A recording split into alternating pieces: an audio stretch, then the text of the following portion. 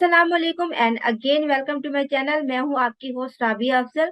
आज जो गेस्ट हमें ज्वाइन कर रहे हैं उनका नाम है फैसल शहजाद नियाजी। ऑस्ट्रिया से वो हमें ज्वाइन कर रहे हैं। उनका रिसेंटली ऑस्ट्रिया में उनका एडमिशन हुआ है। वो अपना कंप्लीट इंट्रोडक्शन वो अपना खुद देंगे। उसके बाद फिर हम अपना next admission process, documents requirement and visa process की तरफ मूव करेंगे। अस्सलाम वालेकुम सर। जी वालेकुम अस्सलाम। कैसी हैं कैसे हैं? आप? ठीक ठाक हैं? अल्हम्दुलिल्लाह, आप ठीक है? जी अल्हम्दुलिल्लाह खैरियत है। आप अपना छोटा सा इंट्रोडक्शन दे दें सर। जी मेरा नाम है फैसल शहजाद खान न्याजी। मैं बेसिकली मियां वाली से बिलोंग करता हूँ फ्रॉम पाकिस्तान। और मैंने रिसेंटली किया था BBA from Namal Islamabad. CGPA था मेरा 3.1। और उसके बाद मैंने अप्लाई किया ऑस्ट्रिया में और फर्दर मैनेजमेंट कोर्सेज में।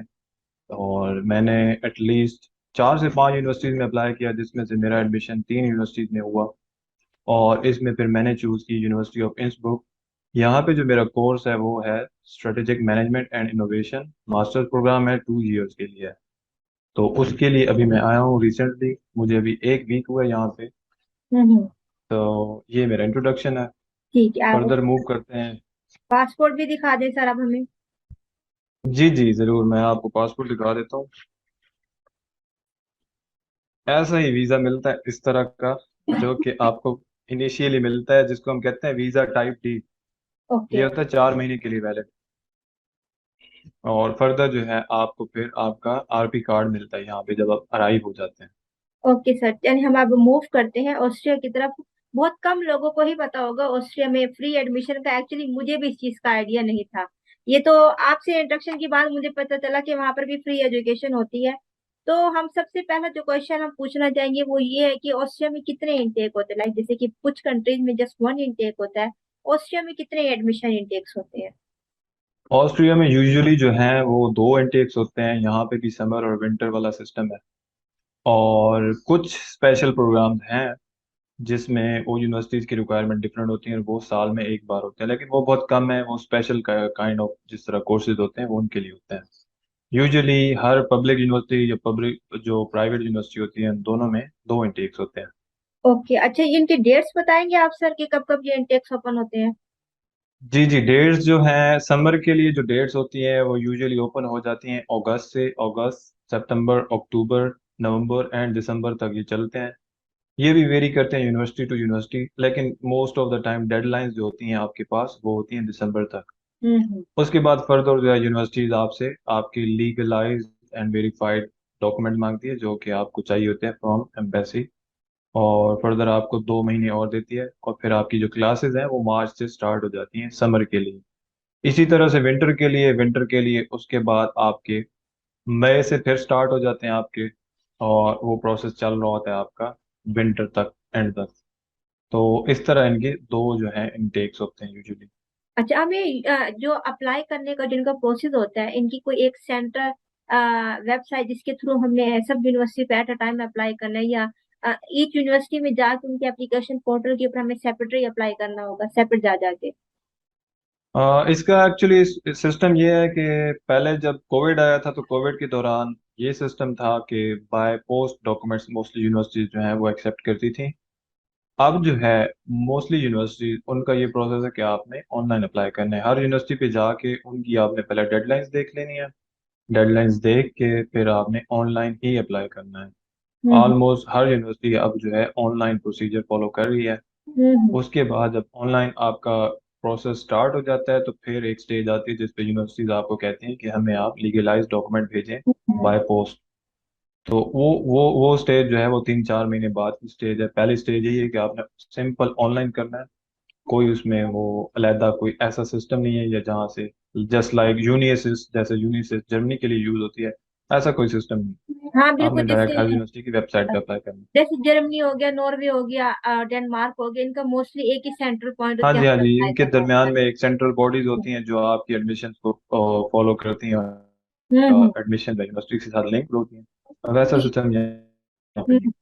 इस ठीक है, इसके अंदर हमें हर यूनिवर्सिटी में जाके सेपरेट सेपरेट ही अप्लाई करना होगा और वहीं पे जाके कोर्स रिक्वायरमेंट देखनी होगी, जी जी जी हमारा कोर्स बिल्कुल। ऑफर होगा। Okay sir. अच्छा सर, एप्लीकेशन कोई फी होती है जब हम अप्लाई करते हैं यूनिवर्सिटी में जाकर एप्लीकेशन पोर्टल पर? एज फार एज जहाँ पे मैंने किया था, पब्लिक यूनिवर्सिटी जितनी भी है वहाँ पे आपकी कोई फी नहीं है। और प्राइवेट यूनिवर्सिटीज में कहीं पे आपकी एप्लीकेशन फी होती है, एप्लीकेबल होती है। और प्राइवेट यूनिवर्सिटीज मैं तो किसी को रिकमेंड भी नहीं करता, क्योंकि वो तो महंगी हैं। हम्म। और वो जिसका फाइनेंशियली अगर बैकग्राउंड अच्छा है तो वो तो कर सकता है, अफोर्ड कर सकता है। लेकिन जो इस प्रोस्पेक्टिव में आते हैं कि जी हम वहाँ पे जाएंगे और हम इजीली फी मैनेज कर लेंगे, तो वो मुश्किल है। हम्म। Public university in a sense, public university में आपकी फी ऑलमोस्ट आप कह लो कि नेक्स्ट टू जीरो है, जिस हिसाब से यहाँ पे फीसिस है। क्योंकि मैक्सिमम जो आपकी पर सेमेस्टर की फी होगी फॉर मास्टर्स, वो होगी 700 यूरोज, और कम से कम होगी 300 यूरोज। तो ये बिल्कुल आप लोग कह लो कि बिल्कुल फ्री है। अच्छा, मतलब कि जो कह रहे होते हैं कि फ्री एजुकेशन ऑस्ट्रिया में नहीं है, लेकिन जो आप फीस बता रहे हैं कि 300 होगी या 700 होगी, ये किस्म की इनरोलमेंट फी होगी जो कि पर सेमेस्टर हम लोग पे करते होते हैं, लाइक जैसे कि जी जर्मनी जी में जी, फी ये हमें ये देनी बिल्कुल होती है। ये बिल्कुल आपकी एनरोलमेंट फी होती है। हम्म। और ये हर सेमेस्टर में आपने पे करनी होती है। और आप चाहे जितने भी इसमें कोर्सेज उठा लो, अगर आपका एक यूनिवर्सिटी में 3 कोर्सेज में भी एडमिशन हो गया तो आपकी फीस यही होगी। यानी आप एट अ टाइम 3 डिग्रीज भी कर रहे हो, लेकिन फीस सिर्फ सिर्फ यही होगी। ठीक है। और तो ये आप लोग कह लो कि ये पब्लिक में ये सबसे बड़ा एडवांटेज है। ठीक है। अच्छा, सेकंड मेन चीज, क्या हम विदाउट आइल्स भी हम लोग एडमिशन ले सकते हैं ऑस्ट्रिया में इंग्लिश प्रोफिशिएंसी लेटर की बेस पर? जी जी बिल्कुल, डेफिनेटली आप ले सकते हैं। यहाँ पे जो बेसिक रिक्वायरमेंट है लैंग्वेज की, वो यही है कि आपने इनको जस्ट ये दिखाना है प्रूफ के हमने बैचलर्स प्रीवियस डिग्री अपनी इंग्लिश में पढ़ी हुई है। उससे आप अपनी यूनिवर्सिटी से जाके सर्टिफिकेट लो, जिसको हम बोनाफाइड लेटर भी कहते हैं या इंग्लिश प्रोफिशिएंसी लेटर भी कहते हैं। तो ओके। वो आप जो भी आपकी बैकग्राउंड में यूनिवर्सिटी है, प्रीवियस यूनिवर्सिटी, उससे बनवा के इजीली वो ये लोग एक्सेप्ट कर लेते हैं। चलिए, ये तो फिर काफी आसानी होगी। जो स्टूडेंट आइल्स नहीं देना चाहते या फिर वो कहते हैं, पहले टेंशन ले लेते कि नहीं दे सकते, तो विदाउट आइल्स भी ऑस्ट्रिया में एडमिशन ले सकते हैं। बिल्कुल बिल्कुल ले सकते हैं। अच्छा, अभी आपने इंटेक्स के बारे में हमें बता दिया कि इसमें दो इंटेक्स होते हैं। अभी समर इंटेक के आई थिंक एडमिशन अभी स्टार्ट ही है, क्योंकि अभी तो अक्टूबर है, तो अभी आप कह रहे जैसे कि दिसंबर में एंड होंगे। तो जो जी लोग जी जी, most of intake, the university में अभी ओपन है। अगर इंटेक में अप्लाई करना चाहते हैं समर इंटेक में, तो उनके पास अभी टाइम है। और अगर उनके पास आइल्स नहीं है, देन वो बोनाफाइड या फिर इंग्लिश प्रोफिशिएंसी लेटर की बेस पे वो लोग अप्लाई कर सकते हैं। एप्लीकेशन फी नहीं है। बहुत ही कम यूनिवर्सिटीज होंगे जिनकी आप बता रहे होंगे, अदरवाइज नहीं है एप्लीकेशन फी कोई भी। Right sir? बिल्कुल। जी ठीक। बिल्कुल अ, बिल्कुल। अब हम मूव करते हैं डॉक्यूमेंट्स रिक्वायरमेंट की तरफ, कि हमें कौन कौन से डॉक्यूमेंट्स जमा करवानी होते हैं ऑन दी एप्लीकेशन टाइम। जी, एप्लीकेशन में मेन जो है, मैं ये कहूँगा कि सबसे पहले तो आपने नोट करना है कि इसमें ऑस्ट्रिया के प्रोसेस में टाइम बहुत ज़्यादा लगता है। अराउंड अबाउट कम से कम भी अगर लगेंगे 8 महीने लग जाते हैं प्रोसेस में, टिल गेटिंग योर वीज़ा। और अगर हम कहें कि नो ऑन एवरेज कितना टाइम लगता है, ऑन एवरेज 10 महीने भी लग सकते हैं, 1 साल भी लग सकता है। यूजुअली 1 साल इसलिए लग जाता है क्योंकि अगर आपने एक टेक के लिए अप्लाई किया है, तो आप अगर आपके पास प्रॉपर डॉक्यूमेंट्स रेडी हैं, रेडी मीन आपको चाहिए होते हैं verified and legalised document from embassy, तो फिर तो पॉसिबल है कि जिस जिस इनटेक में मीन्स कि अगर वो विंटर के लिए कर रहा है तो फिर 6 महीने में उसका प्रोसेस हो जाएगा। But I would highly recommend कि जब भी आप एडमिशन प्रोसेस स्टार्ट करो, उसी के साथ ही एम्बेसी का प्रोसेस स्टार्ट कर दें। ओके। उधर से जैसे ही आप एप्लीकेशन अप्लाई करोगे मास्टर्स के लिए या बैचलर्स के लिए यूनिवर्सिटी में, आप उसी के साथ ही अपॉइंटमेंट के लिए अप्लाई कर दें फ्रॉम एम्बेसी वेरिफिकेशन के लिए। क्योंकि ये इनकी बेसिक एक रिक्वायरमेंट है हर यूनिवर्सिटी की। वो चाहते हैं कि आप जो है हमें डॉक्यूमेंट भेजें एम्बेसी से वेरीफाई करवा के और लीगलाइज करवा के। लीगलाइज में सिंपली वो स्टैम्प करते हैं, लेकिन वो ज़्यादा टाइम ले लेते हैं वेरिफिकेशन में। ऑन एवरेज लीगलाइजेशन और वेरिफिकेशन ये दोनों जो है इनमें टाइम लग जाता है 5 से 6 महीने ऑन हम्म। एवरेज। किसी का कम भी लग सकता है, बट ऑन एवरेज जो मैंने नोट किया है, मेरे प्रोसेस में भी ऐसे ही हुआ था, मुझे 6 मंथ लग गए थे। और यूजुअली हर जो स्टूडेंट होता है उसके लिए यही होता है। तो सबसे पहले आपने जो अप्लाई करना है, सिंपल आपने यूनिवर्सिटी की वेबसाइट पे जाना है। उनकी डॉक्यूमेंट में जो भी लिस्ट होगी, वो रिक्वायरमेंट्स होगी, वो आप लोगों ने देख लेनी है। रिक्वायरमेंट में सबसे मेन चीज़ क्या होगी, आपके सारे क्रीडेंशियल्स जो आपके एकेडमिक के डॉक्यूमेंट्स हो गए वो, उसके साथ आपने इंग्लिश प्रोफिशिएंसी लेटर भी लगाना है। इनकी एक और रिक्वायरमेंट होती है, यूजुअली वो मास्टर्स के लिए वो मांगते हैं, वो होती है एलिजिबिलिटी लेटर। उसका क्राइटेरिया और उसका फॉर्मेट हर यूनिवर्सिटी ने अपनी वेबसाइट पे मेंशन किया हुआ होता है। उसमें सिंपल उस लेटर में ये होता है कि आपने अपनी जो प्रीवियस यूनिवर्सिटी है उसमें जाना है, वही फॉर्मेट उनको दिखाना है, उसी फॉर्मेट में एक लेटर लिखवा लेना है। वो लेटर क्या होता है, उसमें लिखा हुआ होता है कि जी ये जो बंदा या ये स्टूडेंट जो अप्लाई कर रहा है मास्टर के लिए, ये हमारे पास भी रेलिवेंट कोर्स के लिए एलिजिबल है और वहाँ पे भी ये एलिजिबल है। तो इस तरह जो है वो एक एलिजिबिलिटी लेटर भी रिक्वायर्ड होता है उनको, वो भी आपने साथ में अपने पास बनवा के जब भी आप अपनी एप्लीकेशन लॉन्च करने लगे तो अपने पास होना चाहिए आपके पास। तो एजुकेशनल डॉक्यूमेंट्स आपके हो गए, आपका एलिजिबिलिटी लेटर हो गया, आपके पास इंग्लिश का सर्टिफिकेट हो गया, आया वो आइट्स है, आया वो आपके पास इंग्लिश प्रोफिशिएंसी लेटर है, वो चल जाएगा। उसके बाद आपकी पासपोर्ट की कॉपी, आपकी जो आईडीज जितने भी मतलब आईडी कार्ड वगैरह, आपके पास बर्थ सर्टिफिकेट और आपके पास पुलिस कलेक्टर सर्टिफिकेट, वो भी होना चाहिए, बट यूजुअली इनिशियल प्रोसेस में वो नहीं मांगते। और पुलिस कलेक्टर सर्टिफिकेट का जो प्रोसेस है वो मैं ये रिकमेंड करूंगा कि जब आप ऑनलाइन एप्लीकेशन अप्लाई कर रहे हैं एडमिशन में, उसी के साथ आपने वेरिफिकेशन की अपॉइंटमेंट के लिए एम्बेसी में अप्लाई कर देना है। और जब आपको अपॉइंटमेंट मिल जाएगी तब आपने जाके पुलिस कलेक्टर सर्टिफिकेट बनवाना है, क्योंकि उसकी वैलिडिटी होती है 6 महीने की। तो वो फिर प्रोसेस के अंदर ही अंदर फिर एक्सपायर हो जाता है, तो फिर आपने न्यू बनवाना पड़ जाता है, तो वो एक हेक्टिक प्रोसेस है। दोबारा से एम्बेसी जो है वो वेरीफाई करने लग जाती है, तो हम्म। उसमें फिर आपका टाइम जाएगा। ओके। तो ये इनिशियल प्रोसेस है। अच्छा, इसमें रिकमेंडेशन लेटर्स की हमें जरूरत नहीं होती, सीवी की भी जरूरत नहीं होती हमें, और एसओपी की कुछ भी? यूनिवर्सिटीज की, वही मैंने बात की कि रिक्वायरमेंट में देख लेना है, कुछ की रिक्वायरमेंट डिफरेंट है, कुछ की क्या है। अगर सीवी की रिक्वायरमेंट है, सिंपल आपने अपडेटेड सीवी उनको दे देनी है। किसी में उनको मोटिवेशन लेटर भी चाहिए होता है, किसी में बिल्कुल नहीं चाहिए होता। और रिकमेंडेशन लेटर इनको यूजुअली नहीं चाहिए होते, रिकमेंड मतलब रिकमेंडेशन नहीं चाहिए इनको, वो चाहिए होता है एलिजिबिलिटी लेटर, ठीक है। जो मैंने आपको पहले बताया। ओके, मतलब ये जो आप रिकमेंडेशन लेटर और एसओपी, यूनिवर्सिटी की अपनी रिक्वायरमेंट हो सकती है, लेकिन मोस्टली आपने नहीं देखी ऑस्ट्रिया में जब आप अप्लाई कर रहे जी थे। मोस्टली। जी जी बिल्कुल। ठीक है। और जो आप एलिजिबिलिटी डाटा की बात कर रहे थे, ये जो हम जिस यूनिवर्सिटी में, लेट्स सपोज अगर हम ऑस्ट्रिया की किसी यूनिवर्सिटी में अप्लाई कर रहे हैं, तो उसी की यूनिवर्सिटी के ऊपर वो जी जी फॉर्मेट होगा, हमने वो डाउनलोड करना और अपनी यूनिवर्सिटी में जाकर सेम वैसा ही हमने लिखवा लेना है। जी जी जी बिल्कुल बिल्कुल ऐसा ही। ओके सर, ठीक है। ये तो हमारी डॉक्यूमेंट्स की रिक्वायरमेंट होगी। अगर जितना हमें समझ आया है कि दो इनटेक्स हो गए, समर एंड विंटर, समर के दिसंबर में एंड हो जानी है, एंड विदाउट आइल्स भी हम लोग अप्लाई कर सकते हैं। डॉक्यूमेंटेशन में हमारी हो गए, एफएससी की हमारी हो गई, मैट्रिक की हो गए, बैचलर की हो गई, एंड आइल्स अगर दिया हुआ है तो IELTS well and good, otherwise English proficiency letter हो गया, और एलिजिबिलिटी डाटा हो गया। अच्छा, आपने यहाँ पर एक चीज कही जी थी कि जब हम एडमिशन के लिए अप्लाई कर रहे हो, उसी वक्त ही हम आगे अपॉइंटमेंट के लिए भी अप्लाई करते हैं, लीगलाइजेशन के लिए भी अप्लाई करते हैं। अगर हम बाकी कंट्रीज की बात करें, लाइक जर्मनी की, वहां पर हमें अपॉइंटमेंट इशू है, हमें अपॉइंटमेंट नहीं मिलती 6 6 7 7 महीने। आप लीगलाइजेशन की बात कर रहे थे, ये अपॉइंटमेंट से रिलेटेड है या किसी और चीज से ये रिलेटेड है? एक्चुअली ये भी आप कह रहे हैं कि एक रिक्वायरमेंट है यूनिवर्सिटी की भी और एम्बेसी की भी एट द सेम टाइम, और ये टाइम लेती है। सबसे पहले जैसे मैं कह रहा हूँ ना कि अप्लाई कर लेना है आपने एप्लीकेशन के लिए, एडमिशन के लिए यूनिवर्सिटी में। जब आप यूनिवर्सिटी में अप्लाई करें तो आपने क्या करना है कि जस्ट गूगल पे जाना है और ऑस्ट्रियन एम्बेसी की वेबसाइट खोलनी है। वहां पे जाके अपॉइंटमेंट का ऑप्शन वहीं पे आपको मिल जाएगा। स्क्रॉल डाउन करेंगे, आपको अपॉइंटमेंट बुकिंग और इसकी इंफॉर्मेशन उन्हीं की वेबसाइट पे मिल जाएगी। जब आप अपॉइंटमेंट बुकिंग की info लेंगे, उसमें आपके पास एक फॉर्म डाउनलोड हो जाएगा जो उनकी अपॉइंटमेंट का फॉर्म होगा। वो फॉर्म सिंपल है, उसमें आपने अपनी सारी डिटेल्स मेंशन करनी है, फोन नंबर, अपना नाम, अपना पासपोर्ट नंबर, ये सारी चीजें मेंशन करके उसके ऊपर ऑप्शन होंगे उसी फॉर्म के अंदर। सबसे पहला ऑप्शन आपने जो टिक करना है वो करना है वेरिफिकेशन। वो आपने वेरिफिकेशन के लिए टिक करके आपने एम्बेसी की वहीं पे ईमेल एड्रेस मेंशन है, उसी ईमेल एड्रेस पे आपने भेज देना है वो फॉर्म। वो फॉर्म उनको डिलीवर हो जाएगा। कभी कभी आपको ऑटो रिप्लाई भी आ जाता है, कभी कभी नहीं भी आता, लेकिन अगर ना भी आए तो इसमें इशू नहीं है, वो एम्बेसी के नोटिस में चला जाता है।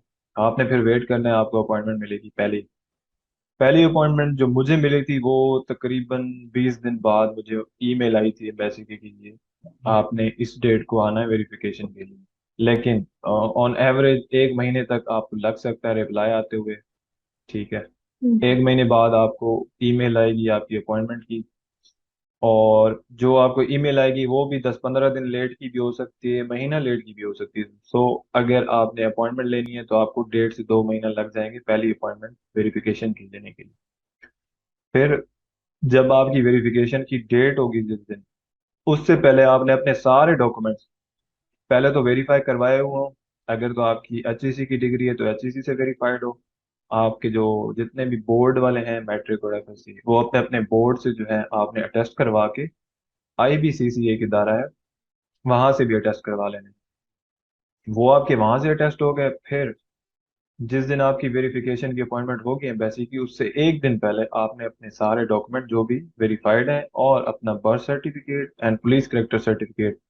पुलिस करेक्टर सर्टिफिकेट जब मैं पहले इनिशियली भी बता रहा था, वो बिल्कुल न्यू बना हुआ हो तब के टाइम जब आपकी वेरिफिकेशन की अपॉइंटमेंट आएगी। न्यू बना हुआ होगा तो उसकी उसमें ये एडवांटेज होगा कि आप बिल्कुल फ्रेश दोगे तो आपका टाइम ज़ाया नहीं होगा उसमें, और उसकी वैलिडिटी जो है वो ठीक रहेगी।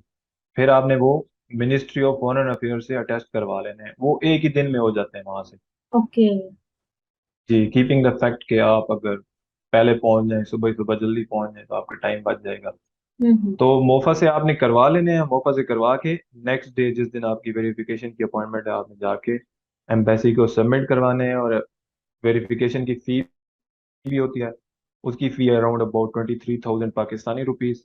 वो वेरी भी करती है यूरो के रेट और इस पे भी, बट अराउंड अबाउट रफली आप आइडिया लगा लें 23 से 24 हज़ार रुपए आपकी फीस होगी एम्बेसी की। वो आपसे पहले ओरिजिनल देखेंगे और फिर आपसे एक पूरा आपने कॉपीज, उसी सारे ओरिजिनल का कॉपीज का सेट लेके जाना है, वो उनको आपने दे देना है। वो सबमिट कर लेंगे और आपको फिर आपकी रिसीप्ट दे देंगे। और उसके बाद फिर आपने करना क्या, आपने सिर्फ वेट करना है जब तक आपको आपकी वेरिफिकेशन की रिपोर्ट नहीं आती एम्बेसी से। जब वेरिफिकेशन की रिपोर्ट आ जाएगी, फिर आपको वो कहेंगे कि आपकी वेरिफिकेशन की रिपोर्ट ओके है, पॉजिटिव है, अब आप अपॉइंटमेंट के लिए अप्लाई करें फॉर लीगलाइजेशन। या एम्बेसी खुद भी दे देती है। अगर आपकी वेरिफिकेशन की रिपोर्ट ओके आ गई है तो वो आपको रिपोर्ट के साथ आपकी अपॉइंट नेक्स्ट अपॉइंटमेंट भी खुद ही भेज देंगे। नेक्स्ट अपॉइंटमेंट में आपने सिर्फ सिंपल जाना है। आपने अपने मेन जो 4 डॉक्यूमेंट्स हैं वो आपने करवाने हैं, अगर आप मास्टर्स के लिए कर रहे हैं, और अगर आप बैचलर्स के लिए कर रहे हैं तो फिर आपने मैट्रिक और उनके भी करवाने हैं, एफएससी के, वो लीगलाइज करवाने। एक जो डॉक्यूमेंट है उसकी जो कॉस्ट आपको आएगी वो 80 यूरोज आएगी। तो ओके। आपने अगर लेट से 4 डॉक्यूमेंट्स करवाने हैं तो फिर आप खुद मल्टीप्लाई कर सकते हैं 80 यूरो के साथ। और हम्म। वो यूरो का जो भी करंट रेट चल रहा होगा उसी दिन जिस दिन आपकी अपॉइंटमेंट होगी, वो उसी के साथ उसको कैलकुलेट करके आपको आपका टोटल बता देंगे कि इतनी कॉस्ट आ रही है आपको। तो वो आपको जब लीगलाइज करके देंगे तो लीगलाइज जो डॉक्यूमेंट्स हैं वो आपने original by post, I would recommend कि आप किसी भी अच्छी जो पोस्ट सर्विस है वहां से यूज कर लें। टीसीएस भी अच्छी है, बाकी भी हैं लिक्विड वगैरह। तो उनके साथ आप भेज दें यूनिवर्सिटी के एड्रेस पे। वो इनको मिलेंगे 15 से 20 दिनों में। फिर ये आपको हफ्ता 2 हफ्ता लगा के आपको रिप्लाई में बताएंगे कि आपके हमें डॉक्यूमेंट मिल चुके हैं और आपको आपका एडमिशन लेटर बाय ईमेल आपको पहुंच जाएगा। तो ये हो गया आपका एडमिशन का प्रोसेस। हम्म। तो थर्ड जो स्टेप है वो है रेजिडेंस परमिट के लिए अप्लाई करना। तो जब आप यूनिवर्सिटी को ओरिजिनल डॉक्यूमेंट भेजेंगे तो टाइम बचाने के लिए मैं आपको एक और चीज़ रिकमेंड करूंगा कि आप फिर वही फॉर्म जो वेरिफिकेशन का फॉर्म था एम्बेसी का, उसी को आपने फिल आउट करना है अपने सारे डिटेल्स के साथ। और उसके ऊपर आरपी का ऑप्शन होगा रेजिडेंस परमिट का, वो आपने टिक मार्क करके फिर से एम्बेसी को ईमेल कर देना। जब वो आप ईमेल कर दोगे तो वो उनको मिल जाएगा, फिर आपको आरपी की अपॉइंटमेंट मिलेगी। तो वो जो है थर्ड स्टेप है एम्बेसी का। फिर आरपी के लिए जिस दिन आपको अपॉइंटमेंट मिलेगी उसमें आपने जाना है। उसके लिए आपको सबसे जो मेन मेन डॉक्यूमेंट है वो आपको चाहिए आपकी bank statement. Bank statement around about आपको फॉर मास्टर्स अगर आप जा रहे हैं तो आपको तकरीबन 1300 यूरोज बनते हैं उनके। 1300 यूरोज की जो है बैंक स्टेटमेंट चाहिए। और वो बैंक स्टेटमेंट ज़्यादा अच्छा रहेगा कि अगर स्टूडेंट के अपना बैंक अकाउंट है उसमें हो, उसके जो स्पॉन्सर हैं वो अगर ट्रांसफ़र कर दें और वो फिर साथ स्पॉन्सर लेटर लगा दें, वो ज़्यादा अच्छा रहेगा। अगर उसके अपने स्पॉन्सर के अकाउंट में है तो भी ठीक है, वो बस जस्टिफाई कर दे कि ये मेरे स्पॉन्सर हैं और इनकी इनकम कहाँ से आ रही है, वो उनके सारे जो लीगल डॉक्यूमेंट्स हैं वो लगा दे। बैंक स्टेटमेंट हो गई, ट्रैवल इंश्योरेंस हो गई, उसके बाद आपने अप्लाई करनी है अकोमोडेशन। अकोमोडेशन जो मैं रिकमेंड करूंगा सबसे बेस्ट, यूजुअली लोग करते ही ऐसे हैं कि वो स्टूडेंट अकोमोडेशन अप्लाई करते हैं। यहाँ पे हॉस्टल्स हैं, उनका नेटवर्क है, और वो यूनिवर्सिटी की जो वेबसाइट है वहाँ उनके साथ लिंक्ड होते हैं। जो उनके साथ लिंक्ड है वहीं पे अप्लाई करें, और बिल्कुल टाइम पे अप्लाई करें। जब आपका लीगलाइजेशन का प्रोसेस एंड हो जाएगा और आरपी के लिए आप अपॉइंटमेंट कर रहे हैं बुक, तो आप उसी के साथ ही अकोमोडेशन के लिए भी अप्लाई कर दें। तो ये आपको चाहिए। उसके बाद आपके लीगलाइज्ड डॉक्यूमेंट्स हैं, आपका बर्थ सर्टिफिकेट, आपका पुलिस करेक्टर सर्टिफिकेट, और आपका पासपोर्ट, और आपकी पिक्चर्स। ये चाहिए आपको फॉर रेजिडेंस परमिट एप्लीकेशन। ये आप उनको दे दोगे और आपकी आरपी अप्लाई हो जाएगी। आरपी अप्लाई हो जाएगी तो आरपी के राउंड अबाउट 2 महीने या 2.5 महीने या मैक्सिमम 3 महीने भी लग जाते हैं अप्रूव होते होते। या इन केस अगर उनको किसी डॉक्यूमेंट में फर्दर एक्सप्लेनेशन चाहिए या कोई भी इशू हो तो वो आपको ईमेल करते हैं। हम्म। सबसे पहले आपकी फाइल एम्बेसी में सबमिट हो जाएगी आरपी के लिए, फिर 20 से 30 दिन बाद आपकी फाइल यहाँ ऑस्ट्रिया पहुंचेगी मजिस्ट्रेट के पास, और फिर मजिस्ट्रेट जो है यहाँ पे विद इन 2 to 3 वीक्स वो आपको डिसीजन बता देगा और आपको ईमेल भी कर देगा, और आपकी जो एम्बेसी है उसको भी इन्फॉर्म कर देगा। जब एम्बेसी को कंफर्मेशन मिल जाती है कि इनका अप्रूव हो गया रेजिडेंस परमिट, तो फिर जो है एम्बेसी आपको नोटिफाई करेगी कि आपका पॉजिटिव आंसर आ चुका है, आपको हम वीज़ा डी की अपॉइंटमेंट दे रहे हैं, इस दिन आप आ जाएं और वीज़ा डी अप्लाई कर दें। वीज़ा डी यूजुअली होता है 4 महीने के लिए, और स्टडी पर्पज के लिए अगर आपकी इंटेंशन है 180 डेज से ज़्यादा रहने की ऑस्ट्रिया में, तो फिर आपको वीज़ा डी चाहिए होता है। तो वीज़ा डी के लिए आपको अपॉइंटमेंट मिल जाएगी। वीज़ा डी बहुत सिंपल है, उसमें जस्ट आपको क्या चाहिए, आपने अपनी फ्लाइट की रिजर्वेशन देनी है इनको, आपने इनको आपकी ट्रैवल इंश्योरेंस चाहिए वो आपने इनको देनी है, इनको पासपोर्ट एंड पासपोर्ट की कॉपी देनी है, इनको आपने अपने फोटोग्राफ्स देने हैं जो कि इनको चाहिए। और वीज़ा डी का जो फॉर्म होता है वो एम्बेसी आपको जब नोटिफाई करेगी तो उसके साथ ही आपको ईमेल में भेज देगी, वो आपने फिल करके उनको देना है। ये 6 चीज़ें हैं सिर्फ, ये चाहिए जस्ट आपको वीज़ा डी के लिए। तो इस तरह आपका पूरा प्रोसेस हो जाता है और वीज़ा डी आपको विद इन 1 और 2 वीक्स मिल जाता है।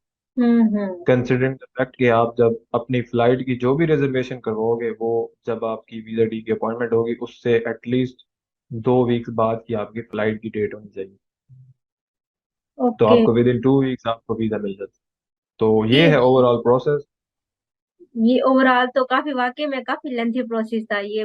वीजे तक पहुंचते हाँ पहुंचते बड़ा टाइम लग गया है, मुझे खुद फील हो रहा था बिल्कुल कि बिल्कुल। मुझे टाइम लग रहा है जाते मैंने जाते। अगस्त से, मैंने खुद मैं वही कह रहा हूँ, सबसे पहले जो भी अप्लाई कर रहा है कि हम्म। आपने सबसे पहले घबराना नहीं है, और आपने फिर अप्लाई करना है तो फिर आपने सब्र रखना है।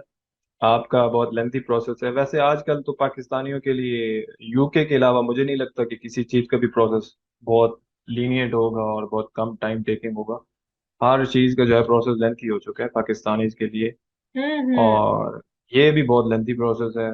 तो लेकिन ये है ये कि ये वाकई में इतना डिफिकल्ट और स्मूथ है वैसे तो, सिर्फ टाइम इसमें ज़्यादा लगता है। टाइम लगता है। आपका सब्र, पहले आपने सब्र बताया चाहिए आप। वेरिफिकेशन, वेरिफिकेशन के बाद लीगलाइजेशन, एंड आफ्टर जी लीगलाइजेशन के बाद हमारे एडमिशन के लिए डॉक्यूमेंट सेंड करनी है। उसके बाद हमें रेजिडेंस बिल्कुल। परमिट के लिए अप्लाई करना है, देन हमें अकोमोडेशन के हाँ लिए। और उसके बाद यूनिवर्सिटी एट दिन हमें कहेगी कि अब तुम वीजा डी टाइप के लिए अप्लाई कर दो। मतलब एट दिन जी मेहरबानी जी जी। करिए अब कर दो उस वक्त तो बंदे वाकई में इसके लिए पेशेंस चाहिए ऑस्ट्रिया में अप्लाई। हाँ बिल्कुल लेकिन बिल्कुल। लेकिन जो लोग भी अप्लाई करना चाह रहे हैं ये सिंपल ही है। क्योंकि मैं ये फर्स्ट टाइम सुन रही थी ऑस्ट्रिया का, मुझे ऑस्ट्रिया का कोई आइडिया नहीं था। तो अब इसलिए इन्होंने खुद अप्लाई किया तो इनको ये स्मूथ लगा, क्योंकि ये खुद स्टेप बाय स्टेप प्रोसेस से गुजरे। जब आप लोग अप्लाई करना शुरू करेंगे तो आपको हर स्टेप बहुत ही इजी लगेगा। टाइम टेकिंग है, उस टाइम टेकिंग की वजह से ना हमें ये बड़ा लेंथी लग रहा है। सेम ही है जैसे जर्मनी है, वो भी टाइम टेकिंग ही है। अपॉइंटमेंट का वेट करो, अपॉइंटमेंट का वेट करने के बाद अगर आ जाए तो उनका इंटरव्यू, फिर इंटरव्यू के बाद फिर वीजे का वेट। एटलीस्ट इसमें ये इंसान को तसल्ली हो जाती है कि हम एक सीढ़ी के बाद दूसरी, दूसरे के बाद तीसरे, हम ऊपर की तरफ जा रहे हैं, मंजिल की तरफ बिल्कुल कदम बिल्कुल। कर रहे हैं। लेकिन जैसा जैसा प्रोसेस मैंने एक्सप्लेन किया है कि अगर आप इन पैरेलल लेके चलेंगे अपने एडमिशन को और साथ में वेरिफिकेशन के लिए भी अप्लाई करेंगे, हम्म। इससे आपके एटलीस्ट 3 से 4 मंथ बच सकते हैं आराम से। हाँ। अगर आप ये वेट करेंगे कि पहले आपने एडमिशन के लिए अप्लाई कर दिया, फिर आप वेट करोगे कि मुझे यूनिवर्सिटी जब तक ये कहेगी कि मुझे लीगलाइज डॉक्यूमेंट भेजो, क्योंकि यूनिवर्सिटी आपको लीगलाइज डॉक्यूमेंट की तब रिक्वायरमेंट करती है जब वो आपको एडमिशन के लिए कंसिडर कर रही होती है। हम्म। तो अगर तो आप वेट करोगे कि मुझे जी जब यूनिवर्सिटी कहेगी तब जो है मैं लीगलाइजेशन के लिए और वेरिफिकेशन के लिए अप्रोच करूंगा एम्बेसी को, तब तक आपका फिर बहुत टाइम ज़ाया हो जाएगा और आप पहला इनटेक तो मिस कर ही दोगे आप। ज्यादा चांसेस है कि आपका अगला इनटेक भी मिस हो जाएगा। तो मगर इसलिए अगर हम हाँ, कॉन्फिडेंट है कि हमारा एडमिशन हो सकता है तो ऑफ कोर्स बिल्कुल, तो अगर हम आप रिक्वायरमेंट्स देखने के लिए आते हैं। थॉरोली चेक कर लो, रिक्वायरमेंट्स में मैं पूरा हूँ और रिक्वायरमेंट्स में मुझे कोई इशू नहीं आ रहा, मैं मेरा क्राइटेरिया मैं प्रॉपर मेंटेन कर रहा हूँ और मीट कर रहा हूँ, तो फिर आप कॉन्फिडेंट होने चाहिए। दूसरी बात यह है कि मैं इसलिए कह रहा हूँ एटलीस्ट आप 3 से 4 यूनिवर्सिटीज में लाजमी करें, जो आपके मोस्ट रेलेवेंट प्रोग्राम्स होते हैं ना, हम्म। उसमें आप लाजमी अप्लाई करें। और हम्म। कोशिश करें कि हर यूनिवर्सिटी में चाहे थोड़ा सा भी रेलिवेंट है, आप 3 से 4 हर यूनिवर्सिटी में 3 से 4 डिफरेंट प्रोग्राम में अप्लाई कर लें। हम्म। मतलब कि 4 यूनिवर्सिटीज हो गई एटलीस्ट, और उनमें भी 2 2 3 3 प्रोग्राम में अप्लाई कर लें, तो कम से कम आपको किसी न किसी में ऑफर हो ही जाएगी। हाँ, जो तो स्टूडेंट आप आइल्स बस से कॉन्फिडेंट घबराते रहें। हैं ना, जो कहते हैं कि नहीं आइल्स नहीं देना, अगर यूरोप में मोस्टली हम लोग जितनी भी कंट्री देखिए वहाँ आइल्स की रिक्वायरमेंट है पड़ी। तो ये ऑस्ट्रिया का जिस तरह बता रही है, अगर आप यूरोप जाना चाहते हैं, आपका ड्रीम है कि मैं यूरोप जाऊं, तो आप यूरोप की किसी भी कंट्री में पहुंच जाओ, आपने यूरोप में एंटर ही होना है ना। तो ऑस्ट्रिया में आपके पास एक बेस्ट ऑप्शन है कि आप आइल्स के बगैर आपका एडमिशन हो सकते हैं। बस आप कोर्स की रेलिवेंसी जरूर देख लें। ये ना हो कि आपका कोर्स किसी और डिग्री में हो, आगे आप अप्लाई किसी और डिग्री में कर रहे हो फिर रिजेक्शन हो, तो आपका ये मेरा तो हो ही नहीं सकता। कोर्स की रेलिवेंसी देखें, उसकी रिक्वायरमेंट्स को अच्छी तरह से रीड कर ले। और जिस तरह से फैसल ने पूरा का पूरा प्रोसेस बताया, आई थिंक इतना डिटेल में एक्सप्लेन आपको किसी भी जगह पे नहीं मिलेगी। अगर हम पोस्ट भी रीड करें ना ग्रुप में जाके किसी भी जगह पर जाकर, फिर भी कुछ पॉइंट्स होते मिस हो जाते हैं, लेकिन जो इस चीज बिल्कुल से बिल्कुल। गुजरे होती है ना, वही आपको डिटेल में बता सकते हैं। और जो उनको प्रॉब्लम फेस हुई होती है ना, वो उसका सोल्यूशन सबसे पहले बताते हैं कि हमें ये हुई थी, तो अगले वाले बंदे को ये प्रॉब्लम ना हो, तो वो उसका सोल्यूशन पहले ही बता देते हैं। तो फैसल ने बड़े अच्छे तरीके से एक्सप्लेन किया। और जो अप्लाई करना चाह रहे होंगे ना, उनको काफी अच्छे तरीके से बीच में समझ आई। जैसे कि एलिजिबिलिटी डाटा, ये बिल्कुल न्यू चीज थी, मेरे लिए भी न्यू चीज थी ये वाली। कि आपने जब नाम लिया, मैंने कहा पता नहीं ये क्या चीज है। जब आपने कहा कि यूनिवर्सिटी से ही आप लोग डाउनलोड करके अपनी यूनिवर्सिटी से जाके जस्ट कॉपी पेस्ट ही कर लें, उससे पाकिस्तान वैसे ही हमेशा आगे होते कॉपी पेस्ट में। पाकिस्तान तो फिर आपको पता ना, कॉपी पेस्ट में तो पूरी पूरी डिग्रीज कर जाता है। तो हाँ बिल्कुल। वो जस्ट आपने लेटर डाउनलोड करना है, वो हम्म। आप खुद उसी को फॉलो करके वो लेटर को आप खुद ही एडिट कर लो। उसी के हम्म। अंदर सारी चीज जो जो यूनिवर्सिटी को चाहिए फॉर्मेट वो बना लो, आप प्रिंट ले लो, अपनी यूनिवर्सिटी में पहुंच जाओ। जो और यूनिवर्सिटी आपकी है उसमें पहुंच जाओ, उनको दिखाओ।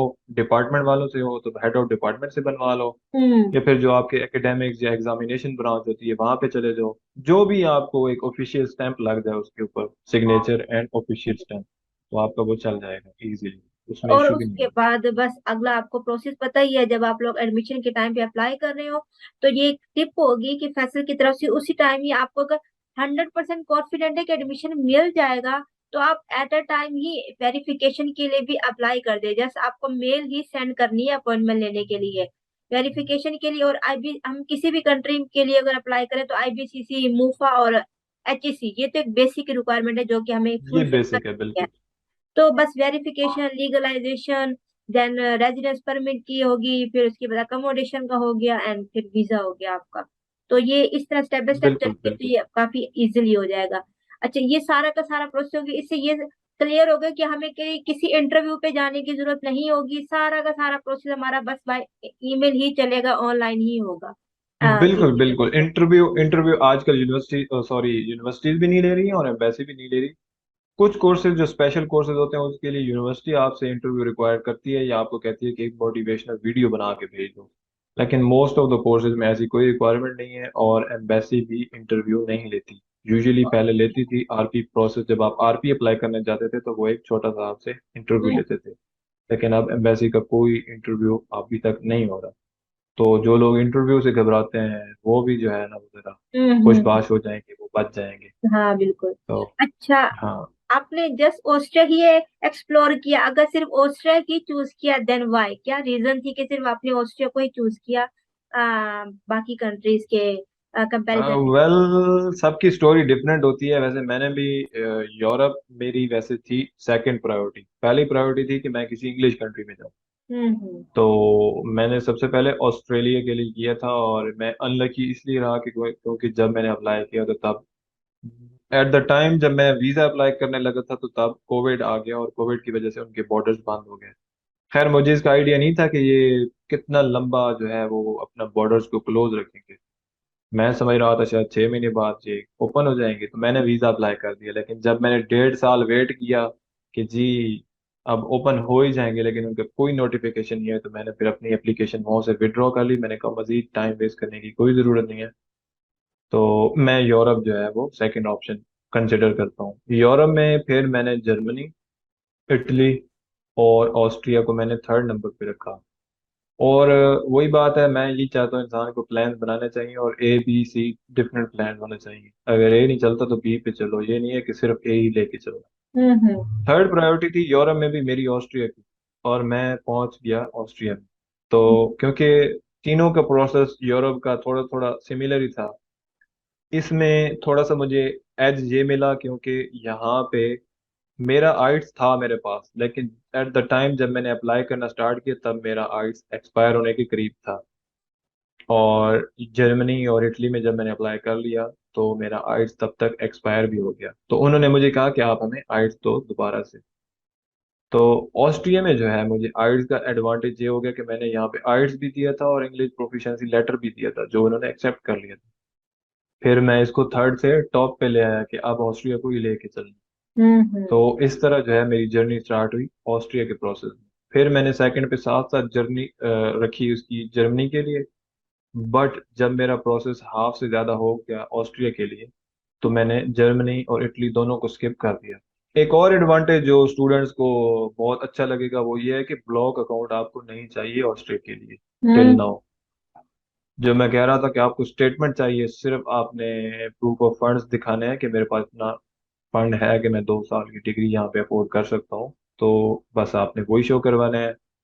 ज्यादा मेरी रिकमेंडेशन ये है कि स्टूडेंट का अपना अकाउंट होना चाहिए, और 1 महीना पहले उसमें वो ट्रांजेक्शन वगैरह करे, ताकि 1 महीने की भी स्टेटमेंट हो तो आपकी चल जाएगी। हम्म। और अगर आपके फादर मदर ब्रदर कोई भी ब्लड ब्लड रिलेशन है और उसकी स्टेटमेंट चलती आ रही है जरा पुरानी 5-6 महीने से, तो वो भी एक्सेप्टेबल है, कंसिडरिंग द फैक्ट्स कि आप उसको जस्टिफाई इजीली कर सको। हम्म। तो दो बेनिफिट्स हैं, आइट्स का सबसे अच्छा बेनिफिट, और दूसरा आपने ब्लॉक अकाउंट नहीं देना, आपने बैंक स्टेटमेंट देनी है। हाँ, ये दो बेस्ट ऑप्शन है कि जो आर्ट्स नहीं देना चाहते और ब्लॉक अकाउंट। सबसे बड़ी हर्डल जो है ब्लॉक अकाउंट। अगर ब्लॉक अकाउंट अरेंज हो भी जाए तो सेकंड जो बिग हर्डल है वो ये है कि वो मंथली बेसिस पे में देते हैं। जैसे नॉर्वे जी में जी जी, जाते ही बिल्कुल वो हमें अनलॉक फॉरेन, होते हैं। नॉर्वे में पूरी अमाउंट हम जाते ही हमें मिल जाती, तो अगर हम किसी से ले भी थे तो उसको हम 1 मंथ का टाइम लेके उसको हम वापस कर देते। लेकिन जर्मनी में जो मेन इशू है, मंथली बेसिस पे पेमेंट देंगे तो अगले वाले बंदा वेट नहीं करता। जो लोग दूसरों से लेके जा रहे होते हैं उनके लिए काफी प्रॉब्लमेटिक बन जाता है। और आजकल वैसे ही एक अपॉइंटमेंट का सबसे बड़ा इशू पाकिस्तान में चल रहा है कि जर्मनी अपॉइंटमेंट में इतना लेट कर रही है। जिन लोगों ने अप्रैल में भी अप्लाई किया बिल्कुल उनको बिल्कुल तो। इसी तरह। और मुझे जहां तक मुझे याद है, मुझे ऑस्ट्रिया का आप बोल रहे थे, लेकिन सीरियस जब ये प्रोसेस आप मुझे उस सब आपने मुझे थोड़ा बहुत बताया था कि अभी आप लीगलाइजेशन के लिए अप्लाई करने, तो मुझे अगर मैंने कहा माय गॉड ये तो बहुत ट्रिक किया, मैं सिर्फ जाने ही नहीं है मैंने बिल्कुल भी ना। लेकिन ये वाकई में मुझे बड़ा स्मूथ लगा जिस तरह से आपने बताया ना। अच्छा, जब आप ऑस्ट्रिया पहुंच गए, रेजिडेंस परमिट के लिए आपने ऑलरेडी अप्लाई किया हुआ था, तो ऑस्ट्रिया पहुंचने के बाद कोई रेजिडेंस रजिस्ट्रेशन भी करवानी पड़ी जैसे कि बाकी कंट्रीज में होता है? और बैंक जी अकाउंट जी हो बिल्कुल, गया? डेफिनेटली बाकी कंट्रीज की तरह सेम है। जब आप यहाँ पे अराइव होते हो तो आप उनको बताते हो कि मैं आ गया हूँ। आपने फिर अपने जो भी आपकी अकोमोडेशन होती है वहां से आपने एक रजिस्ट्रेशन फॉर्म वो आपको देंगे, अपनी स्टैंप लगी हुई होगी उनकी कि ये बंदा यहाँ पे पहुंचा है, इस डेट को अराइव हुआ है। आपने वो फॉर्म फिल करना है और आपने जाके मजिस्ट्रेट की तरफ जाना है और उसके ऑफिस में जाके उसको हम्म। सबमिट करवा देना। ओके। तो वो आपका रजिस्ट्रेशन का प्रोसेस स्टार्ट हो जाएगा। उसके बाद फिर वो आपको रेजिडेंस परमिट कार्ड आपको देंगे, क्योंकि ऑलरेडी आपका रेजिडेंस परमिट अप्रूव हुआ पड़ा होगा, हम्म। फाइल उनके पास होगी। वो बस चेक करेंगे, डॉक्यूमेंट सारे आपके ऑलरेडी उनके पास होंगे, सिर्फ आपसे लेंगे आपका पासपोर्ट, आपका वीज़ा देखेंगे कि जी वीज़ा इसके पास है, और इन सिंपल आपसे एनरोलमेंट लेटर लेंगे। जब आप यहाँ पे आओगे, आपके पास पहले यूनिवर्सिटी का होगा एक्सेप्टेंस लेटर, वो आपने यूनिवर्सिटी में जाना है और आपने एनरोलमेंट कर लेनी। हम्म। एनरोलमेंट होगी तो फिर आपके पास आ जाएगा आपका एनरोलमेंट का लेटर।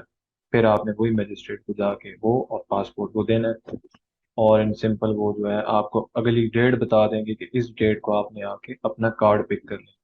तो ओके। ये बहुत सिंपल है, यहाँ पे ये इतना इशू नहीं है। मेन चीज़ होती है वहीं से पाकिस्तान में, अच्छा, वहां से जब अपॉइंटमेंट सब के चीज़ लिए आपकी ओके हो आपने जाए। अपॉइंटमेंट के लिए कोई हमने अप्लाई नहीं करना होता कि मैं रेजिडेंट रजिस्ट्रेशन करने के लिए अपॉइंटमेंट के लिए अप्लाई करता, क्योंकि टाइम मिल जाता है अपॉइंटमेंट मिलने में भी नहीं नहीं रेजिडेंट। नहीं, यहाँ पे ये होता है कि जो जो भी इंटेक्स चल रहे होते हैं, तो उन इंटेक्स में स्टूडेंट्स आ रहे होते हैं, बस आपने जाना है और वहाँ पे वो आपसे जो है वो आपका एक टिकट इशू कर देंगे। जब आप ऑन द स्पॉट पहुंचोगे, टिकट में आपने वेट करना है कि कब मेरा नंबर आ जाएगा, वही जैसे बैंकिंग में एक सिस्टम होता है, सारा सिंपल सा सिस्टम है। आप देखोगे कि मेरा नंबर आ गया, आप जाओगे, आपने जस्ट वो अपना रजिस्ट्रेशन फॉर्म वहाँ पे सबमिट करवाना है with your hmm. Passport and with your enrolment letter, okay. तो आपकी रजिस्ट्रेशन हो जाएगी और आपका आरपी कार्ड के लिए। ठीक है। वैसे अभी तो आपको 1 वीक ही हुआ है, तो जॉब के रिलेटेड आपसे आई डोंट नो, आपको एक 1 वीक में कोई आइडिया जॉब का हुआ हो या नहीं, कोई भी कोई जॉब के हवाले से कुछ आइडिया आपको हुआ है वहां पर जाकर, अभी 1 वीक जॉब भी? जॉब के लिए आप तब ही अप्लाई कर सकते हो जब तक आपके पास आरपी कार्ड नहीं होगा। RP okay. कार्ड होता है फिर आप जॉब के लिए अप्लाई कर सकते हो। और जॉब्स के लिए फर्दर जो है, मैं मेरा अपना भी चैनल होगा यूट्यूब का, मैं जो है ना बिल्कुल। वो लोगों को जो है फैसिलिटेट करूंगा, और लोगों को जो है मैं यूरोप और ऑस्ट्रिया और ये सब कंट्रीज घुमा देंगे हम इंशाल्लाह, जरूर जरूर, जॉब आप से अभी रिलेटेड लिंक बिल्कुल दीजिएगा, भी। हम जरूर स्टेटस पे भी लगाएंगे और ग्रुप में भी शेयर जी करेंगे जी जी, ताकि लोग जरूर जरूर। चैनल की तरफ आपके पास है। अच्छा, तो आपने अपने फ्रेंड या फिर आपके जो ये बने होंगे उनसे आपको आइडिया नहीं हुआ कि किस किस्म की जॉब्स वहां पे मिलती हैं, पर आवर क्या रेट दिया जाता होता है स्टूडेंट जॉब्स के लिए, और कितना जी अलाउ बिल्कुल, होता है? असल में यहाँ पे जॉब्स तो बहुत ज्यादा होती हैं हर यूरोप में, जो है आपको भी पता है आजकल चल रही है जरा लेबर शॉर्टेज चल रही है, जॉब्स की अवेलेबिलिटी है, बट यहाँ पे आप 20 आवर्स पर वीक अलाउ है जो आप कर सकते हो। और 20 आवर्स से जितने भी स्टूडेंट आए हैं और अभी तक कर रहे हैं जॉब, तो वो इजीली अपने जो है एक्सपेंसेस, क्योंकि आपको सबसे बड़ा एडवांटेज है आपकी फी नेक्स्ट टू जीरो है बिल्कुल। पर सेमेस्टर की आपकी अगर मैक्सिमम भी हुई 700 यूरो है, तो हम्म। वो तो आप पाकिस्तान से ही लेके आ जाओगे, तो वो आपको उसमें कोई हर्डल नहीं होगी। आपने सिर्फ अपने एक्सपेंसेस बेयर करने हैं और वो आपके 20 आवर्स पर वीक में इजीली हो जाएंगे। और जॉब्स की जो यहाँ पे है, अगर आप आते साथ ही या अगर लैंग्वेज कोर्स करके आ जाते हो जर्मन का, क्योंकि ये जर्मन बोलते हैं, तो उसमें आपको जॉब ढूंढने में और इजी हो जाएगा, और ज़्यादा फ्लेक्सिबिलिटी होगी कि मैं अपनी मर्जी से कोई भी जॉब कर सकता हूँ। लेकिन इनिशियली यहाँ पे भी और जॉब्स तो हैं, और जॉब में भी आपका इजीली खर्चा निकल जाएगा, लाइक जिस हम्म। तरह फूड डिलीवरी जॉब्स होती हैं और रेस्टोरेंट्स में जॉब्स होती हैं, तो इस तरह की जॉब में भी आपका खर्चा इजीली मैनेज हो जाएगा। ओके। और सर अकोमोडेशन के हवाले से बताएंगे कि अकोमोडेशन आपकी शेयर्ड में है या बिल्कुल प्राइवेट रूम आपको दिया गया है? अकोमोडेशन के मामले में मैं एक टिप दूंगा कि जब जो है आपका आप रेजिडेंस परमिट की अपॉइंटमेंट के लिए अप्लाई करोगे एम्बेसी में, तब ही आप यूनिवर्सिटी की वेबसाइट पे जाओ, वहाँ पे अकोमोडेशन का ऑप्शन होगा, और उनके साथ जितने भी लिंक्ड होते हैं डॉम स्टूडेंट अकोमोडेशन, उनमें आप अप्लाई करो। उनमें किसी की फ्री होगी एप्लीकेशन, लेकिन किसी की एप्लीकेशन फी भी होती है, किसी की 15 यूरो होगी, किसी की 35 यूरो होगी। आप दो या तीन में कर लो, और उनके साथ फोन पे या बाय ईमेल आप कांटेक्ट भी करो डायरेक्ट, ताकि जो है वो आपको जल्दी कंसिडर करें। और मैंने जो अप्लाई किया था, मुझे थोड़ा आइडिया नहीं था इसका कि मैंने कब करना है, तो मैं जब रेजिडेंस परमिट की एप्लीकेशन मुझे जब अपॉइंटमेंट मिल चुकी थी और एक दो हफ्ते ही रह गए थे, तो तब मैंने अप्लाई की थी। तो मैं जिस हम्म। दिन आरपी की डेट थी मेरी अपॉइंटमेंट की, तो मेरे पास अकोमोडेशन नहीं थी। हम्म। लेकिन तब तक मैंने उनसे फ़ोन पे बात कर ली थी, तो उन्होंने कहा था कि हम जो भी एप्लीकेंट पहले अप्लाई करते हैं हम उनको पहले देते हैं। तो आपका नंबर कोई 100 से भी बाद में आ रहा है और हमारे पास 200 प्लेसेस हैं अभी। हम्म। तो उन्होंने कहा कि फॉर श्योर आपको अकोमोडेशन मिल जाएगी, लेकिन थोड़ा सा टाइम लगेगा। तो ठीक है। फिर मैंने वो ईमेल एम्बेसी में दिखा दी, क्योंकि एम्बेसी आपसे कहती है कि आपकी अकोमोडेशन किधर है, तो मैंने उनको ईमेल दिखाई, उन्होंने कहा ठीक है। उन्होंने फिर मुझे एक वीक का टाइम दिया एम्बेसी ने, तो उन्होंने कहा कि आप एक वीक के अंदर आके अपनी हम्म अकोमोडेशन की कंफर्मेशन हमें सबमिट करवा दीजिएगा। हम्म। तो अच्छा हुआ कि मुझे जो है फिर अकोमोडेशन मिल ही गई नेक्स्ट वीक में। और मैंने ली थी सिंगल वाली, क्योंकि शेयर्ड में आपको नहीं पता कि आपके साथ कौन होगा शेयर्ड में। अगर तो दो बंदे आप ऑलरेडी पाकिस्तान से हो, आप एक दूसरे को जानते हो, तो फिर आप उनको कहो कि हम ये दो बंदे हम शेयर्ड के लिए कर रहे हैं, तो फिर तो है बहुत इजी रहेगा। लेकिन अगर आपको पता ही नहीं है कि शेयर्ड में कौन होगा, तो फिर आप अगर पाकिस्तानियों के अलावा किसी और भी मल्टी कल्चरल एनवायरनमेंट में नहीं रह सकते, लाइक अपने रूम में कोई भी किसी और कल्चर किसी और कंट्री का बंदा हो, तो आप अगर उसको बर्दाश्त नहीं कर सकते, तो मैं यही रिकमेंड करूंगा कि शुरू शुरू में आप सिंगल रूम के लिए अप्लाई कर लो, वो ज़्यादा अच्छा रहेगा। थोड़ा सा आपको महंगा पड़ेगा, on average single room start होते हैं 350 यूरो से, ठीक और है। ये जाते हैं 450 तक, हम्म। कंसिडरिंग कि आप कौन सी सिटी में कर रहे हो, कौन से प्लेस में रह रहे हो। ओके, और इसमें तो इलेक्ट्रिसिटी आप एंड जी वाईफाई जी, इसमें वगैरह सारे, इंक्लूडेड है? इसमें आपका इंटरनेट, इसमें आपका इलेक्ट्रिसिटी, ये सब कुछ इंक्लूडेड है, लेकिन इसमें आपकी लॉन्ड्री इंक्लूडेड नहीं होती।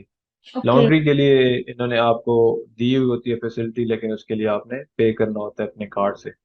ओके, एंड किचन शेयर्ड होता है आप लोगों का? जी जी जी जी। किचन इसमें मोस्टली शेयर्ड होता है, कुछ कुछ डॉम में ये होता है कि अगर आपने सिंगल रूम लिया तो आप में अंदर छोटा सा मिनी किचन, आपको एक छोटा सा सेटअप मिल जाएगा। ओके। वो भी डिपेंड करता है, वो अगर आप हॉस्टल वालों से बात करो, अगर वो आपको ऐसा रूम दे दें कि जिसमें, क्योंकि यहाँ पे वही होता है, जितना जल्दी आप अप्लाई करो उतने जल्दी आपको अच्छा रूम मिल जाएगा। हम्म। ठीक है सर, अभी हम फिर वीडियो को एंड की तरफ लेके जाते हैं। आप हमें शॉर्ट सा बता दें ताकि छोटा छोटा करके कि पूरी जो वीडियो का मेन जो ओवरव्यू था वो किस तरह से था, स्टार्ट से लेकर जी एंड जी बिल्कुल। तक, जो इसके। हाँ बिल्कुल, मैं ओवरव्यू जो है वो बस आपने जहन में रखना है, आपने स्टेप बना लेने हैं।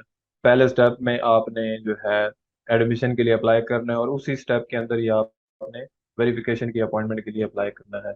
इसको दो डिफरेंट चीज़ें ना समझो, मैं ये कहूँगा कि इसको एक ही चीज़ समझ लो आप लोग। फिर जो है आपने लीगलाइजेशन करवा के, जब आप लीगलाइजेशन करवा के भेज दोगे अपने डॉक्यूमेंट्स यूनिवर्सिटी को, उसी के साथ ही आपने फिर से अपॉइंटमेंट अप्लाई कर लेनी है रेजिडेंस परमिट की। और फिर जो है रेजिडेंस परमिट की जब आपको अपॉइंटमेंट आ जाए, तो उसके तकरीबन एक महीने बाद ही आपकी डेट होगी अपॉइंटमेंट की। तो जब आपको अपॉइंटमेंट आ जाए तब आप अप्लाई कर लो अकोमोडेशन के लिए। ठीक है, वो सबसे अच्छा रहेगा। और उसके बाद सिंपल है, वो तो आपको वीज़ा डी वो एम्बेसी आपको खुद ही दे देगी। तो हम्म। ये मेन चार स्टेप्स हैं इसका ओवर, वो ये है। ठीक है, आपने अप्लाई करना है ऑनलाइन एडमिशन के लिए, साथ में वेरिफिकेशन। फिर लीगलाइजेशन के लिए जब आप डॉक्यूमेंट भेज दोगे, तो उसके साथ आपने आरपी की अपॉइंटमेंट अप्लाई कर देनी है। आरपी की जब आपको अपॉइंटमेंट मिल जाएगी, तो उसके साथ ही आपने अकोमोडेशन अप्लाई कर लेनी है। और फिर उसके बाद वीजा दी। तो ये सिंपल प्रोसेस है। हम्म। और ये जो मैंने आपको बताया ना, ये इन स्टेप्स के थ्रू आप अपना टाइम जो है बहुत सारा बचा सकते हैं, जो ठीक कि है। हमें किसी ने नहीं बताया था। हम्म। जो हाँ प्रोसीजर गुजरा बिल्कुल। होता है ऑब्वियसली फिर वो आगे खुद चाहते हैं बिल्कुल कि बिल्कुल, हमें और मैं बताना ये एक चाहिए। चीज़ और ऐड करूंगा कि किसी भी कंसल्टेंट के पास जाने की जरूरत नहीं है, क्योंकि हम्म। कंसल्टेंट आपको यही कहेगा कि पहले आप अप्लाई करो, जब आपका एडमिशन के लिए वो कंसिडर करेंगे फिर आप वेरिफिकेशन की तरफ जाओ।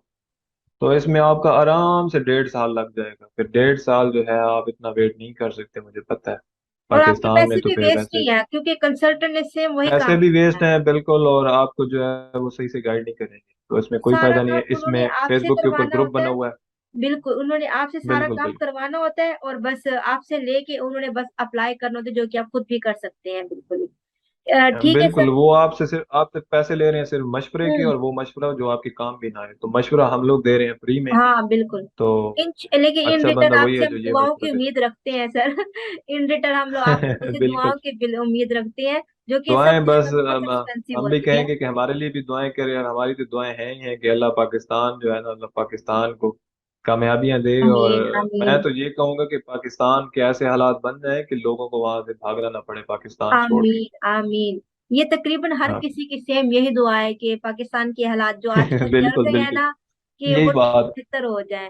क्योंकि जो अच्छी पोजीशन पर है, जो अच्छा अर्न कर रहे हैं, उनको मे भी फर्क ना पड़े, may be, but I am not sure about it. लेकिन जो लोग मिडिल क्लास से है या उससे नीचे है, अगर हम उनको देखें, अगर मैं अपने आप को भी मैं उन्हीं में कंसीडर करती हूँ, तो ये काफी प्रॉब्लमेटिक होता है कि सफर करना इतनी ज्यादा महंगाई में। पाकिस्तान तो सब लोग कहते हैं बाहर जाओ, कम से कम अच्छा अर्न करके पीछे फैमिली को तो सपोर्ट कर लेंगे हम लोग। तो ये सबसे बड़ी चीज होती है, और फिर फैमिली से दूर जाना पड़ता है। चलिए मैं दूर जाना आपको सबसे बड़ा सबसे मसला है, बड़ा फैमिली से बिल्कुल, दूर जाना। होम जो सिकनेस इस बहुत ज्यादा होती है यहाँ पे। क्वेश्चन से गुजरता है ना, उसको पता लग रहा होता है कि कितना मुश्किल हाँ, होता है ये। बिल्कुल बिल्कुल। हम लोग नहीं एब्सोल्युटली फील राइट। कर सकते वो वाली चीज, लेकिन जो गुजर रहे होते हैं ना, वो बड़े मजबूत होके, बहुत स्ट्रोंग होके वो लोग जा रहे होते हैं। जो लोग रहे बिल्कुल बाकी बिल्कुल। फैमिली से दूर हैं या बाहर हैं, मे भी उनको ना फर्क पड़े, लेकिन जो लोग रहे हैं ना साथ, और वो लोग जब सेपरेट होके जा रहे होते हैं, उनके लिए बहुत ज्यादा प्रॉब्लम होता है। तो ठीक है, अब स्टूडेंट जो भी अब ऑस्ट्रिया के लिए अप्लाई करना चाहते हैं, वो लोग समर के लिए रेडी हो जाएं, अपने डॉक्यूमेंट्स आईपीसीसी, मूफा और एचईसी से ये आप लोग अटेस्ट जरूर करवा लें। बेशक आप ऑस्ट्रिया में अप्लाई करें या ना करें, बाकी कंट्रीज के लिए ये अटेस्टेशन लाजमी होती है, ये आप करवा लें, एक बेसिक अटेस्टेशन है। उसके बाद अगर आप ऑस्ट्रिया के लिए इंटरेस्टेड हैं, ऑस्ट्रिया की यूनिवर्सिटी पब्लिक, आप गूगल पर जाके ऑस्ट्रिया पब्लिक यूनिवर्सिटीज लिखें, वन बाय वन यूनिवर्सिटी को चेक करें, उसमें आपका कोर्स ऑफर हो रहा है, कोशिश करें रेलिवेंसी की तरफ मूव करें। आपका कोर्स ऑफर हो रहा है, उसकी रिक्वायरमेंट्स को चेक करें, और वहां पर अपने डॉक्यूमेंट्स आप लोग सेंड कर दें। और आपको श्योरिटी है, आप कॉन्फिडेंट है कि आपका एडमिशन हो जाएगा, उसी टाइम पे ही आपने जस्ट मेल सेंड करनी है वेरिफिकेशन की अपॉइंटमेंट के लिए। और आपने वहां पर अपने जो अटेस्टेड, जो बेसिक अटेस्टेशन डॉक्यूमेंट्स की है, वो ओरिजिनल और साथ 2 सेट कॉपीज के लेते जाएं, और वहां पर वेरिफिकेशन के लिए अप्लाई कर दें। वेरिफिकेशन के बाद थोड़ा टाइम टेकिंग होता है ये वाला प्रोसेस, उसके बाद नेक्स्ट आपके लीगलाइजेशन के लिए अप्लाई हो जाएगा। और लीगलाइजेशन जो होगी ना, ये यूनिवर्सिटी आपसे मांगती है कि आप लोगों का एडमिशन कंफर्म होके, ताकि आप लोग उनको ये डॉक्यूमेंट सेंड कर सके, क्योंकि आपने ये जो लीगलाइज डॉक्यूमेंट है, ये आपने यूनिवर्सिटी को सेंड करने होते हैं। तो आप यूनिवर्सिटी को सेंड करेंगे, आपका एडमिशन लेटर, आपका ऑफर होगा।